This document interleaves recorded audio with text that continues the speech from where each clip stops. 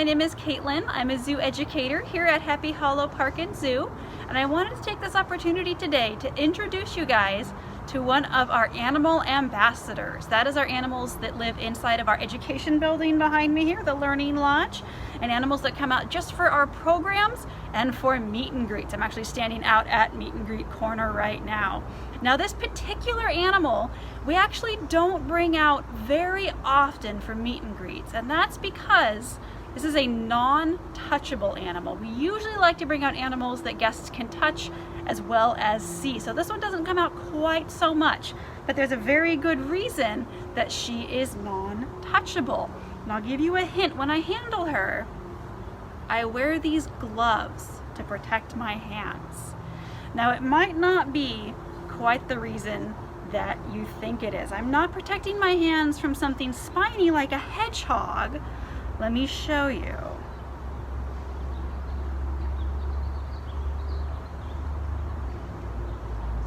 I'm protecting my hands from the hairs on this Chilean rose hair tarantula.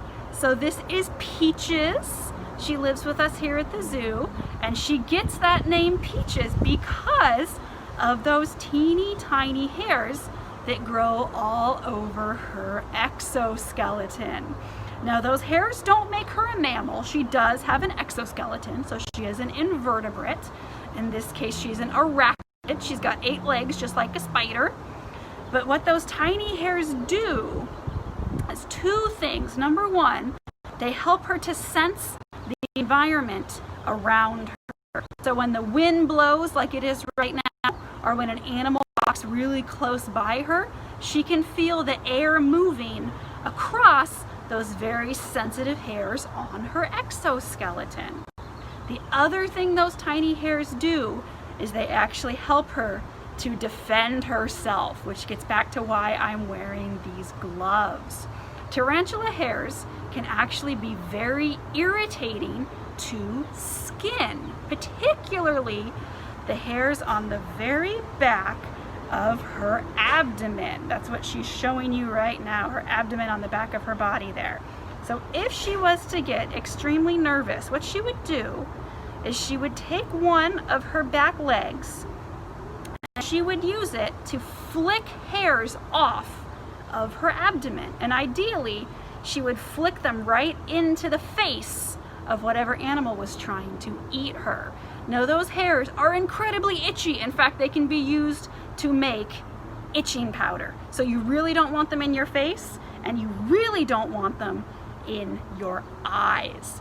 Now on my hands, they're not likely to cause an allergic reaction or anything like that, but we prefer to be extra safe. Now, Peaches is very active today. It's nice and warm outside. You can see her moving around on my hands. So as I mentioned, she is called a Chilean rose hair tarantula.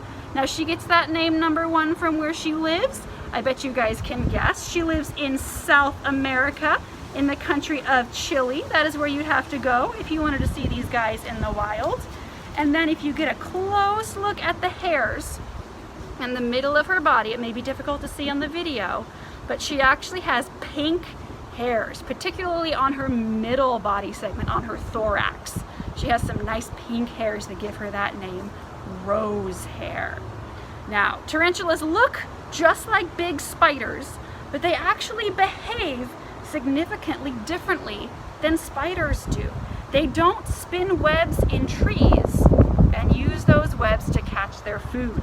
They're actually hunters, they're predators. They will go out and literally stalk their prey. Now they do eat the same things as spiders. She's going to be eating bugs.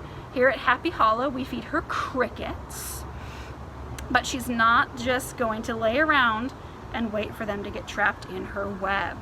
Instead of living in a web in a tree, she lives in a burrow underground, but she can still spin a web. So she will use her webbing to line her burrow to make it nice and warm and cozy, and then she will spin some lead lines out the door of her burrow, kind of like trip lines. So what she can do, if she's not in the mood to go out and go hunting for some crickets, is she can sit and wait in her burrow until an insect trips one of those lead lines. She can sense the vibrations back in her burrow, and then she'll know that something walked by and that it's time for her to go out and get it. Now when she does cast, she'll use her mouth parts to get a good hold on that insect, and then she will inject it with venom. Tarantulas are venomous. Now if they were to bite something like as large as a human, it would only feel like a bee sting. At least for a tarantula like this, they're not a real danger to us. But if you were, say, a cricket and she caught you, she injects her venom into that cricket, and what it does is it does the digesting work for her. It basically pre-digests that cricket inside its exoskeleton, and then all she has to do is slurp it up like a delicious cricket milkshake, and she has her dinner. All right, I'm gonna give you guys one last look at Peaches. See that lovely peach fuzz hair all over her exoskeleton? And then we're gonna let her go back home. She's actually due for a feeding today, so I'm gonna go give her some crickets as soon as we're done here. So thank you all for joining me, everyone, and we hope we'll be able to see you back at Happy Hollow very soon when we reopen. In the meantime, please stay healthy and safe at home, and we'll see you soon.